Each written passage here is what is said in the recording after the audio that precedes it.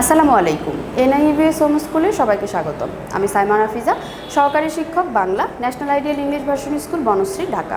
শিক্ষার্থীরা, আশা করি তোমরা সবাই ভালো আছো, সুস্থ আছো। আজকে আমাদের আলোচনার বিষয়বস্তু সপ্তম শ্রেণীর বাংলা ব্যাকরণ ও নির্মিতি বই থেকে শব্দ ও পদ 30 থেকে 31 পৃষ্ঠা।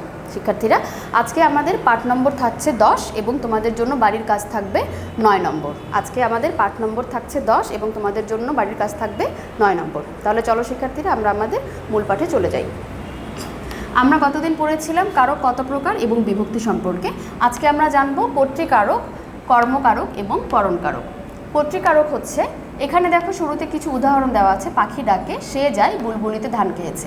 আমরা জানি যে যদি কর্তাকে ক্রিয়াকে বা কর্তাকে যদি কি দ্বারা প্রশ্ন করা যায় তাহলে পাওয়া যায় কর্তৃকারক। উল্লেখিত বাক্য তিনটিতে ডাকে, যায় এবং খেয়েছে ক্রিয়াপদ। এই ক্রিয়াপদগুলো সম্পন্ন করছে যথাক্রমে পাখি, সে, বুলবুলি। সুতরাং পাখি, সে এবং বুলবুলি কর্তৃকারক। আমরা জানি যে কে দ্বারা যদি প্রশ্ন করা হয় তাহলে পাওয়া যাবে যে উত্তরটা, সেটাই হবে হচ্ছে আমাদের কর্তৃকারক। তাহলে দেখো, যে ক্রিয়া সম্পাদন করে তাকে কর্তা বলে। ক্রিয়ার সঙ্গে কর্তৃ সম্বন্ধযুক্ত পদই হচ্ছে কর্তৃকারক। সংজ্ঞার্থ, এখানে একটা সংজ্ঞা দেওয়া রয়েছে কর্তৃকারকের। বাক্যস্থিত যে বিশেষ্য বা সর্বনাম পদ ক্রিয়া সম্পন্ন করে তাকে কর্তৃকারক বলে। কর্তৃকারকের প্রকারভেদ, এখানে কর্তৃকারকের 4টা প্রকারভেদ রয়েছে: মুখ্যকর্তা, প্রযোজ্যকর্তা এবং ব্যতিহারকর্তা। মুখ্যকর্তা হচ্ছে যে ক্রিয়া সম্পাদন নিজেই করে, সেটা হচ্ছে মুখ্যকর্তা। প্রযোজককর্তা হচ্ছে মূল কর্তা যখন অন্যকে কোনো কাজে নিয়োজিত করে ক্রিয়া সম্পন্ন করায় তখন সেটা হচ্ছে প্রযোজককর্তা। প্রযোজ্যকর্তা হচ্ছে মূল কর্তার করণীয় কাজ দ্বারা সম্পাদিত হয়, তখন তাকে বলা হয় প্রযোজ্যকর্তা। এখানে দেখো উদাহরণগুলো যথাক্রমে: ঘোড়া গাড়ি টানে। এই ঘোড়া হচ্ছে যেহেতু নিজেই কাজটা করছে সেহেতু সে হচ্ছে মুখ্যকর্তা।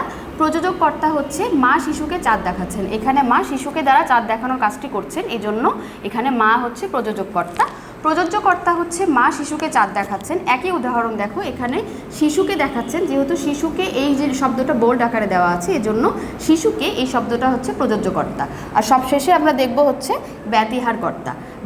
বাক্যের মধ্যে দুটি কর্তা যখন একত্রে একজাতীয় ক্রিয়া সম্পন্ন করে তখন তাদের ব্যতিহারকর্তা বলে। যেমন শেয়ানে লড়াই, বাঘে মহিষে এক ঘাটে জল খায়। অর্থাৎ শেয়ানে একই কাজ করছে, লড়াই করছে। বাঘে এবং মহিষে একই ঘাটে কি খাচ্ছে? জল খাচ্ছে। এই জন্য বাঘে মহিষে এবং শেয়ানে এই দুটো হচ্ছে ব্যতিহারকর্তা। এখন দেখো কর্তৃকারকে বিভিন্ন বিভক্তির প্রয়োগ। শিহাব বই পড়ে। আমরা জানি যখন কোনো শব্দের সঙ্গে কোনো বিভক্তি থাকে না তখন সেটাকে প্রথমা বা শূন্য বিভক্তি ধরে নিতে হয়। তাহলে প্রথমা বিভক্তির উদাহরণ হচ্ছে শিহাব বই পড়ে। দ্বিতীয় বিভক্তি হচ্ছে শিমুলকে যেতে হবে। তৃতীয় বিভক্তি হচ্ছে নজরুল কর্তৃক অগ্নিবীণা রচিত হয়েছে। ষষ্ঠী বিভক্তি হচ্ছে আমার খাওয়া হয়নি। সপ্তমী বিভক্তি হচ্ছে ছাগলে কিনা খায়। শিক্ষার্থীরা, এর পরের কারক হচ্ছে কর্মকারক। ঘোড়া গাড়ি টানে, সাহেব বই পড়ে। এখানে সংজ্ঞাতে দেওয়া আছে দেখো, যাকে আশ্রয় করে কর্তা ক্রিয়া সম্পন্ন করে তাকে কর্মকারক বলে। অর্থাৎ যাকে আশ্রয় করে কর্তা ক্রিয়াটা পুরোটা সম্পন্ন করবে তখন তাকে আমরা কি বলবো? সেটাকে আমরা বলবো হচ্ছে কর্মকারক। উল্লিখিত বাক্য দুটিতে ঘোড়া এবং সাহেব যথাক্রমে গাড়ি এবং বইকে আশ্রয় করে টানা এবং পড়া ক্রিয়া সম্পন্ন করে। সুতরাং গাড়ি এবং বই কর্মকারক। কর্মকারকে বিভিন্ন বিভক্তির প্রয়োগ। প্রথমা বিভক্তি পুলিশ ডাকো। দ্বিতীয় বিভক্তি আমি তাকে চিনি। ষষ্ঠী বিভক্তি ছেলেটি বলের সঙ্গে যুদ্ধ করে। সপ্তমী বিভক্তি জিজ্ঞাসিব জনে জনে। এগুলো সবগুলোই হচ্ছে কি কর্মকারকের বিভিন্ন বিভক্তির প্রয়োগ। শিক্ষার্থীরা, এরপরে আমরা দেখব হচ্ছে করণকারক।